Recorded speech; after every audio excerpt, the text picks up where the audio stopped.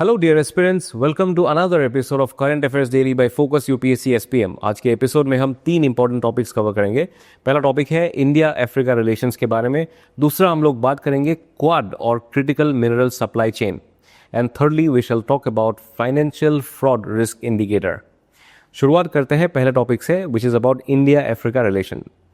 Now prime minister Modi ji अभी recently Africa और South America का टूर शुरू किया है, जिसमें वो ब्रिक्स समिट भी अटेंड करेगा जो रियो डी जेनेरो में अभी होने वाला है। उनका पहला स्टॉप घाना था, जहां उनको घाना का सबसे बड़ा सिविलियन अवार्ड मिला, the officer of the order of the star of घाना। ये टूर 2 मेजर ऑब्जेक्टिव्स को टारगेट करता है। पहला, इंडिया के अफ्रीका और साउथ अमेरिका के साथ टाइज को स्ट्रेंथन करना। दूसरा हो गया आपका ग्लोबल साउथ के नेशंस के बीच साउथ साउथ जो कोऑपरेशन है उसको प्रमोट करना। अभी अफ्रीका के साथ इंडिया का रिलेशंस बहुत पहले से ही होते आ रहा है। हिस्टोरिकल कॉन्टेक्स्ट की बात करें तो प्री इंडिपेंडेंस के टाइम से ही चलते आ रहा है, जैसे कि महात्मा गांधी जी ने साउथ अफ्रीका में अपना पॉलिटिकल करियर शुरू किया था। 1894 में उन्होंने इंडियन नेशनल कांग्रेस एस्टैब्लिश किया था कॉलोनियल ऑपरेशन के खिलाफ। गांधी जी ने पहली बार सत्याग्रह का जो टेक्निक था उन्होंने वही प्रैक्टिस किया था, जो बाद में इंडियन नेशनल मूवमेंट में उन्होंने इम्प्लीमेंट किया, जो इस मूवमेंट का कोर बन गई। पोस्ट इंडिपेंडेंस में भी इंडिया के नॉन अलाइन मूवमेंट यानी नाम ने एक थर्ड फ्रंट बनाया ड्यूरिंग द कोल्ड वॉर। घाना के प्रेसिडेंट क्वामे नक्रुमा इस मूवमेंट का फोर फ्रंट पर था। 1955 में जो बंदुंग कॉन्फ्रेंस हुआ था उसमें नेहरू जी, नक्रुमा जी, नसेर जी, सुकर्णो और टीटो जैसे लीडर्स एक साथ आए और उन्होंने इसको काबिल बनाया। प्रेजेंटली भी अफ्रीका इंडिया के लिए बहुत इंपॉर्टेंट है। हम लोग अगर देखें तो रिसोर्स रिच रीजन है अफ्रीका, तो पल्सेस, लेदर, ऑयल जैसे कमोडिटीज पाए जाते हैं भारी मात्रा में, जो इंडिया की फूड सिक्योरिटी और मैन्युफैक्चरिंग नीड्स को सपोर्ट करता है। और एक एंगल देखें तो ऑयल और नेचुरल गैस के डाइवर्सिफिकेशन के लिए भी इंडिया डिपेंड कर सकता है अफ्रीका के ऊपर, क्योंकि इंडिया का एनर्जी सिक्योरिटी के लिए एक स्ट्रेटेजिक इंपॉर्टेंस रखता है। इकोनॉमिक अपॉर्चुनिटीज़ भी होते हैं, जैसे कि रवांडा, सेनेगल जैसे जो रैपिडली ग्रोइंग इकोनॉमीज है, उसमें इंडियन स्टार्टअप्स और कंपनीज के लिए नए मार्केट्स प्रोवाइड करता है। स्ट्रेटेजिक इंटरेस्ट भी एक रोल प्ले करता है, क्योंकि स्वेज कैनल और केप ऑफ गुड होप के जरिए यूरोप और यूएस तक मैरीटाइम ट्रेड रूट्स के लिए अफ्रीका क्रूशियल है। ग्लोबल इंस्टीट्यूशंस जैसे यूएनएससी और डब्ल्यूटीओ रिफॉर्म्स में अफ्रीका के साथ पार्टनरशिप इंडिया के ग्लोबल लीडरशिप को एनहेंस करती है। कन्वर्जेंस ऑफ इंटरेस्ट अगर देखा जाए तो आईएमएफ फॉर एग्जांपल आईएमएफ और वर्ल्ड बैंक के ओवर डिपेंडेंस को कम करने के लिए दोनों रीजन्स का सोच मिलती है, जो फाइनेंशियल ऑटोनॉमी के लिए ज़रूरी है। डब्ल्यूटीओ में दोहा डेवलपमेंट एजेंडा को सपोर्ट करना भी इसी अलाइनमेंट का एक एग्जाम्पल है, जो डेवलपिंग कंट्रीज के इंटरेस्ट को सेफगार्ड करता है। और ये पॉइंट यूपीएससी अभी मेंस के लिए जो है आपको ध्यान रखना है, ये पॉइंट आप लोग यूज़ कर सकते हो। नेक्स्ट हो गया इंडियन डायस्पोरा का इंटरेस्ट के लिए भी इंडिया अफ्रीका रिलेशंस इंपॉर्टेंट है। अफ्रीका में रहने वाले 2.6 मिलियन इंडियंस के वेलफेयर और सॉफ्ट पावर प्रोजेक्शन के लिए ये पार्टनरशिप महत्वपूर्ण है। ग्रीन डिप्लोमेसी में भी कुछ हद तक हम लोग बोल सकते हैं, क्योंकि नामीबिया और साउथ अफ्रीका से चीता रिप्रोडक्शन प्रोग्राम जो हुआ था और इंटरनेशनल बिग कैट अलायंस जैसे इनिशिएटिव्स के जरिए इंडिया बायोडाइवर्सिटी कॉन्वर्सेशन में ग्लोबल लीडरशिप दिखाता है। इस स्ट्रेटेजिक इंपॉर्टेंस को ध्यान रखते हुए इंडिया ने अफ्रीका के साथ काफ़ी इम्पैक्टफुल इनिशिएटिव्स भी शुरू किए हैं, जैसे कि कैपेसिटी बिल्डिंग। आईटीईसी प्रोग्राम के थ्रू $1 बिलियन से ज़्यादा इन्वेस्ट किया गया है, जो स्किल ट्रांसफ़र और गुडविल बनाने में मदद करता है। पैन अफ्रीकन ई नेटवर्क, जो $100 मिलियन डिजिटल कनेक्टिविटी के लिए इन्वेस्ट किया गया है, जो इंडिया के डिजिटल पब्लिक इंफ्रास्ट्रक्चर का एक्सपोर्ट है। इंफ्रास्ट्रक्चर अगर देखा जाए तो Asian Africa growth corridor with Japan, जो चाइना की BRI बिल्ड और रोड इनिशिएटिव का एक स्ट्रेटेजिक ऑल्टरनेटिव के रूप में देखता गया है। अफ्रीकन यूनियन को G20 का परमानेंट मेंबर बनाया गया इंडिया के G20 प्रेसिडेंसी में, जो इंडिया के इंक्लूसिव ग्लोबल गवर्नेंस विजन का हिस्सा है। हालांकि ये इनिशिएटिव्स प्रॉमिसिंग है, लेकिन कुछ प्रैक्टिकल चैलेंजेस भी है जो इंडिया अफ्रीका एंगेजमेंट को डायरेक्टली इम्पैक्ट करता है। कुछ इश्यूज भी है, वो भी जानना ज़रूरी है, जैसे कि चाइना का स्ट्रॉन्ग प्रेजेंस। चाइना अपना डेट ट्रैप डिप्लोमेसी और जिबूती में मिलिट्री बेस के जरिए अपना इन्फ्लुएंस बढ़ा रहा है। पॉलिटिकल इंस्टेबिलिटी भी है। कई अफ्रीकन नेशंस में सिविल वॉर्स तो होता ही रहता है और एथनिक कॉन्फ्लिक्ट्स भी देखा जाता है।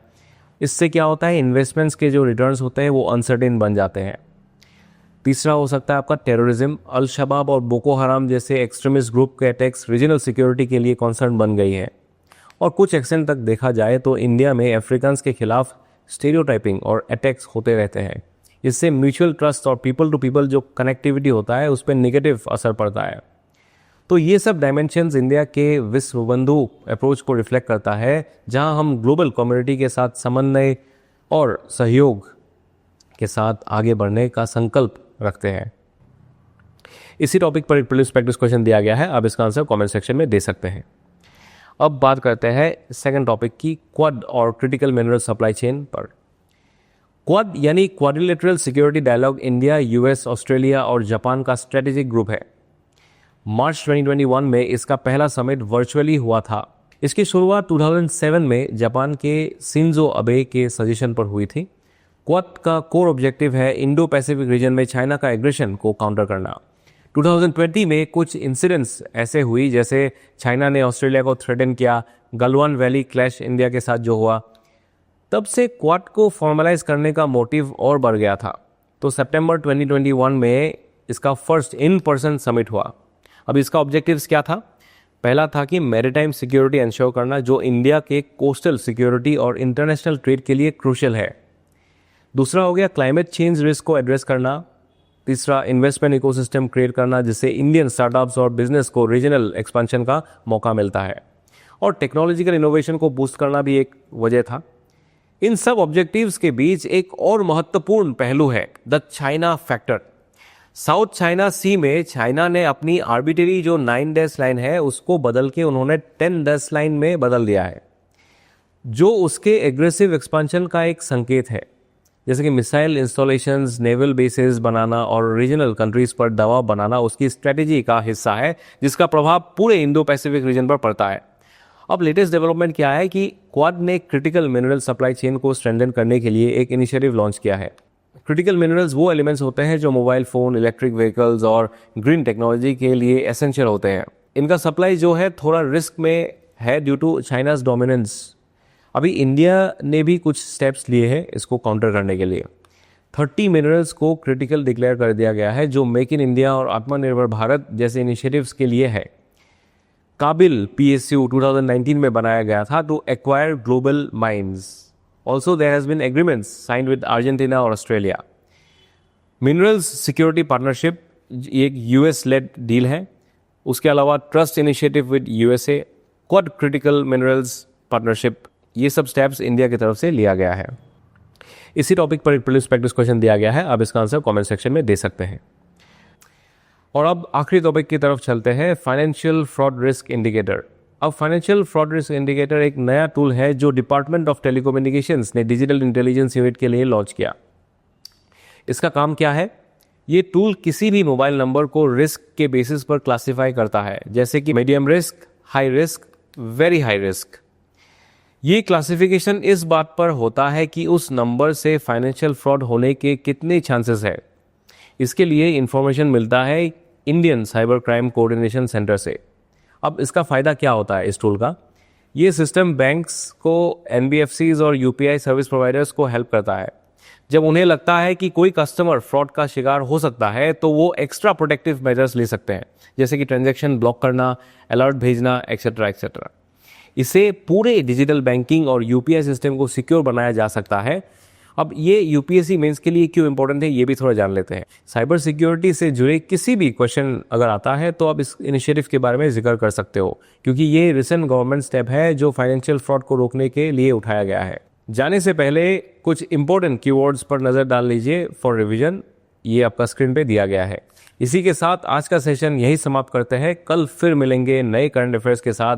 तब तक के लिए फोकस UPSC SPM के साथ जुड़े रहिए।